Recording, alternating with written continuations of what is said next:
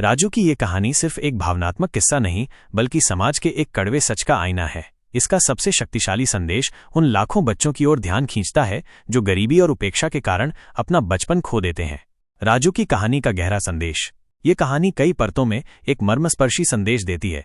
बचपन की छीन हुई मासूमियत। कहानी का सबसे मर्मस्पर्शी पहलू ये है कि कैसे एक 8 साल के बच्चे को अपनी उम्र से कहीं बड़ी जिम्मेदारियां निभानी पड़ती हैं। राजू की स्थिति ये बताती है कि कैसे कुछ बच्चों को खेलने कूदने और पढ़ने लिखने की उम्र में ही पेट पालने की जद्दोजहद में धकेल दिया जाता है। उसका बचपन, उसकी मासूमियत सब गरीबी की भेंट चढ़ जाती है। निस्वार्थ प्रेम और त्याग की पराकाष्ठा। राजू का अपने छोटे भाई के प्रति निस्वार्थ प्रेम और त्याग दिल को छू लेता है। वह खुद भूखा रहकर भी अपने भाई के लिए दूध और सूखी रोटी जुटाता है। यह दर्शाता है कि विपरीत परिस्थितियों में भी मानवीय भावनाएं कितनी मजबूत हो सकती हैं। लेकिन साथ ही ये समाज की विफलता को भी उजागर करता है कि ऐसे बच्चे को ऐसी कठिन परिस्थितियों का सामना क्यों करना पड़ता है। सामाजिक उपेक्षा और संवेदनहीनता। जब राजू अपने बीमार भाई को बचाने के लिए अस्पताल के बाहर घंटों भीख मांगता है और उसे कोई मदद नहीं मिलती, तो ये समाज की संवेदनहीनता और उदासीनता पर एक करारा प्रहार है। यह दिखाता है कि कैसे हम अक्सर अपने आसपास के ऐसे दुख को नजरअंदाज कर देते हैं जिसके परिणाम भयावह हो सकते हैं। व्यवस्थागत विफलता।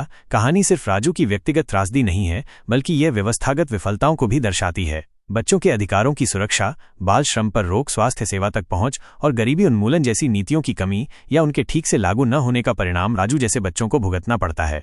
सवाल बनता बचपन। कहानी का अंत राजू के सवाल के साथ होता है, क्या उसका बचपन कोई लौटाएगा? ये एक ऐसा तीखा सवाल है जो हर उस व्यक्ति से पूछा जा रहा है जो इस कहानी को पढ़ता है। ये हमें सोचने पर मजबूर करता है कि हम एक समाज के रूप में इन बच्चों के प्रति अपनी जिम्मेदारी कैसे निभा रहे हैं। ये एक पुकार है उन लाखों बच्चों की तरफ से जो बचपन में ही बूढ़े हो जाते हैं। कुल मिलाकर राजू की कहानी एक सशक्त अनुस्मारक है कि हमारे समाज में अभी भी बहुत से बच्चे बुनियादी जरूरतों और सुरक्षा से वंचित हैं। ये हमें सहानुभूति, जागरूकता और कार्रवाई के लिए प्रेरित करती है ताकि ऐसे बच्चों को एक बेहतर भविष्य मिल सके। क्या आप इस कहानी के सामाजिक प्रभाव या ऐसे बच्चों की मदद के लिए किए जा सकने वाले प्रयासों पर चर्चा करना चाहेंगे?